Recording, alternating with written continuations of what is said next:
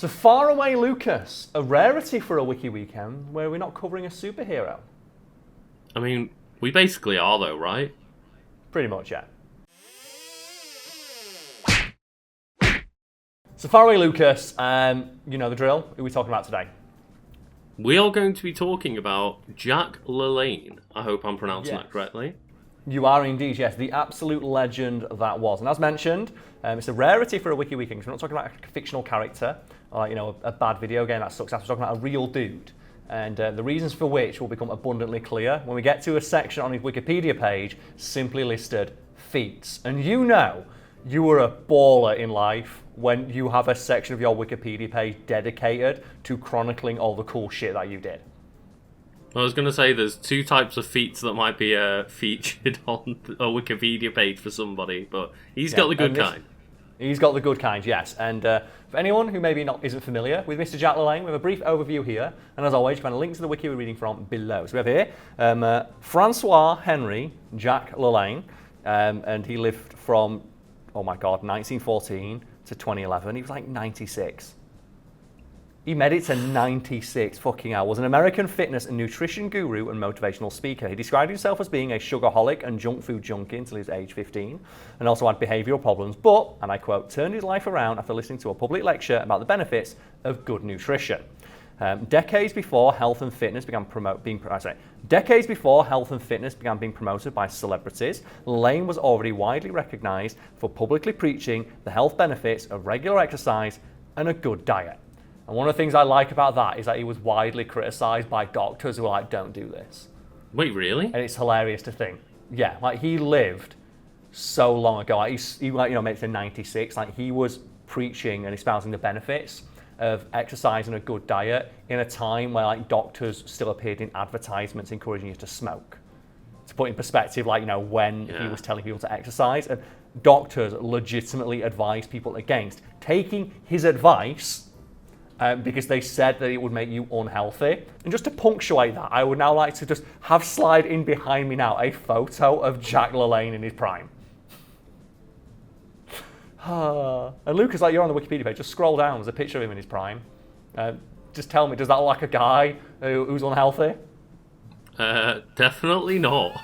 It's just ridiculous, isn't it? Anyway, LaLanne also gained recognition for his success as a bodybuilder, as well as for his feats of, and I quote, prodigious strength. Arnold Schwarzenegger once exclaimed, and I quote, that Jack LaLanne is an animal, after a 54-year-old LaLanne beat a then 21-year-old Arnold Schwarzenegger. So basically post Mr. Universe win, like peak Arnold Schwarzenegger in an informal contest. And the details aren't listed here, but I believe it was a push-up contest between 21-year-old Arnold Schwarzenegger, this version of Arnold Schwarzenegger, versus a 54-year-old Jack LaLanne. So he was still in shape, but he wasn't Mr. Universe. And Jack LaLanne beat Arnold Schwarzenegger so handily. And Arnold Schwarzenegger just held his hands up and went, you win. And said, and I quote, that Jack LaLanne's an animal. And when Conan the Barbarian is complimenting you on your physical fitness, you know you've done something right. Yeah, seriously. So back to Jack LaLanne, we have a section here simply listed, fitness career. So in 1936, Jack LaLanne opened the nation's first health and fitness club in Oakland, California, where he offered supervised weight and exercise training and gave nutritional advice. His primary goal was to encourage and motivate his clients to improve their overall health. So you'd think Luke's the most just noble of goals, improving the physical well-being of anyone who walked through his door for a reasonable fee. You've still got to pay the bills even if you've got a good meaning behind it. But at the same time, how could anyone possibly have an issue with, this guy, a guy who looked like this, saying, look, I'm healthy, do you want to be healthy like me? Come to my health club, I'll help you. Well, it says here, Lucas, that doctors advise their patients to stay away from his health club. When your doctor is telling you not to go to a place called a health club, maybe get a new doctor. Personal health routine. That's when you know this guy was fit, when he's got a dedicated section of his Wikipedia page about what he did to stay so fucking trim. So we have here, diet. LaLanne blamed overly processed foods for many health problems. Yeah, quite prescient in that regard, considering the current obesity crisis, ravaging the earth alongside the pandemic and climate change. The triple threat, as it's Maybe if we known. all listened to Jack LaLanne 80 years ago, we wouldn't have had this problem. Yeah, it says here, he ate 2 meals a day and avoided snacking. His breakfast, after working out for 2 hours, consisted of hard-boiled egg whites, a cup of broth, oatmeal, and soy milk. And LaLanne, very famously, did not consume any dairy products, stating quite simply, no animal consumes milk after weaning. And again, this was a guy who was espousing this stuff in the 1950s. Like, you fast forward 70 years and alternative milks are all the rage. Because people have realised milk's not that good for you, that we can just make a milk substitute that tastes just as good, if not better. And he largely avoided things like red meat, which was weird for the time, and it's 70 years later, it's no, red meat's awful for you. Don't eat it, it's terrible. If you're going to eat anything, eat a lean protein like fish or chicken, and even then, only a deck of card-sized piece. Once or twice a week, and just eat as many vegetables as possible. And he was called a madman for saying this. See, I've heard to not eat fruit and veg, and you wrap your cigars in bacon while you smoke them. Yeah, that's the one. People were calling him an idiot and making fun of him, and he lived to 96. Yeah. Exercise. When exercising, LaLanne worked out repetitively weights until he experienced muscle fatigue in whatever muscle groups he was exercising, or when it became impossible for him to go on with a particular exercise. And this is often referred to as training to failure. LaLanne would then move to another exercise without stopping. To contradict critics who said that this would leave him tightly muscle-bound and uncoordinated, LaLanne liked to demonstrate one-handed balancing. So he could balance on one hand for upwards of 5 minutes at a time. His home contained 2 gyms and a pool, all of which he used daily. So he had a morning gym and an evening gym.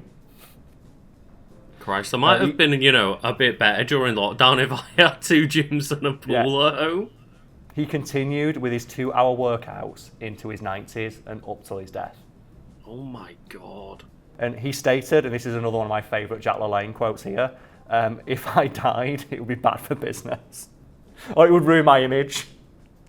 Then you have another one here. When asked about sex, LaLanne had a standard joke, another great one that I use almost daily. It says here, he would say that despite their advanced age, he and his wife still made love almost every night, almost on a Monday, almost on a Tuesday, and almost on a Wednesday. It's just Jack fucking LaLanne. What a ledge. And then, Lucas, would you like to move on to powers and abilities of Jack LaLanne? He might as well be. He might as well. So, people don't know anything about Jack LaLanne. He was famous for just doing these crazy stunts to showcase how physically fit he was to promote his brand and to encourage people do what I do and you will be able to do similar things like this. And they include, but are not limited to, in 1954 at age 40, he swam the entire 1.7 mile or 2.7 kilometer length of the Golden Gate in San Francisco underwater, wearing 140 pounds of gear, including air tanks and other equipment strapped to his body. A world record. A year later, age 41, he swam from Alcatraz Island to Fisherman's Wharf in San Francisco while handcuffed. And Alcatraz famously never had a successful escape attempt because no one could swim from Alcatraz to the shore.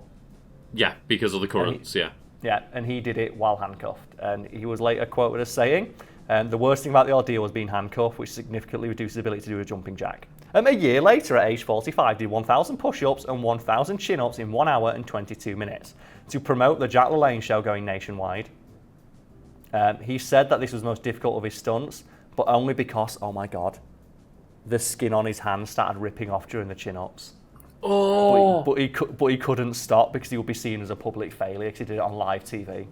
Oh, no! And you know what, Lucas? Let's skip forward a couple of years now to 1974. At age 60, for the second time, he swam from Alcatraz Island to Fisherman's Wharf again. Again, he was handcuffed, but this time he was also shackled and towed a 1,000-pound boat. How old was he at this point? 60. Fucking hell. A year later, age 61, repeating his performance from 21 years earlier, he again swam the length of the entire Golden Gate Bridge underwater and handcuffed, but this time he was also shackled and towed a 1,000-pound boat. Just boats. What is it with you and boats? A year later, at age 62, he swam 1 mile in Long Beach Harbour, handcuffed, shackled and towing 13 boats, containing 76 people. Just... I don't think, if they put that in a Captain America movie, I'd say it was unrealistic. I'd be like, yeah, there's no way that he could tow 13 fucking boats. Like, Captain America's strong and he's fantastic, but no, that's too much. Yeah, like, Captain America's like the pinnacle of human potential. It's like, and if I saw that in a comic book or a film, I'd say, you're taking the piss now. And LaLanne did it at 61 just to show that he could. And then the final fleet listed is in 1984 at A70, towing 70 rowboats, each one with several guests from the Queensway Bridge in Long Beach Harbour to the Queen Mary for a mile. Oh my god. And just, Lucas, what do you do about this man? This just fucking superhero, Karl. That's like Captain America-esque feats on display, like towing 70 boats with like a person in each, or several people in each. I'm baffled.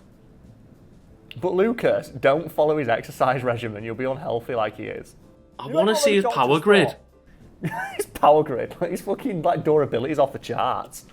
That's the thing as well. Like he probably outlived all his fucking doctors. Yeah. Like just stunting on the haters, like at like 96 years old. Oh, well, there's one thing I forgot to mention because it wasn't listed here. Jack LaLanne liked juice. Like he really likes like fresh juice because he likes eating a lot of raw fruit and veg and would like blend it all together and just create like early versions of what we would understand to be smoothies. And he had something called the Jack LaLanne Tiger Juicer that had to be recalled because it was so powerful that it would like take off and hit people.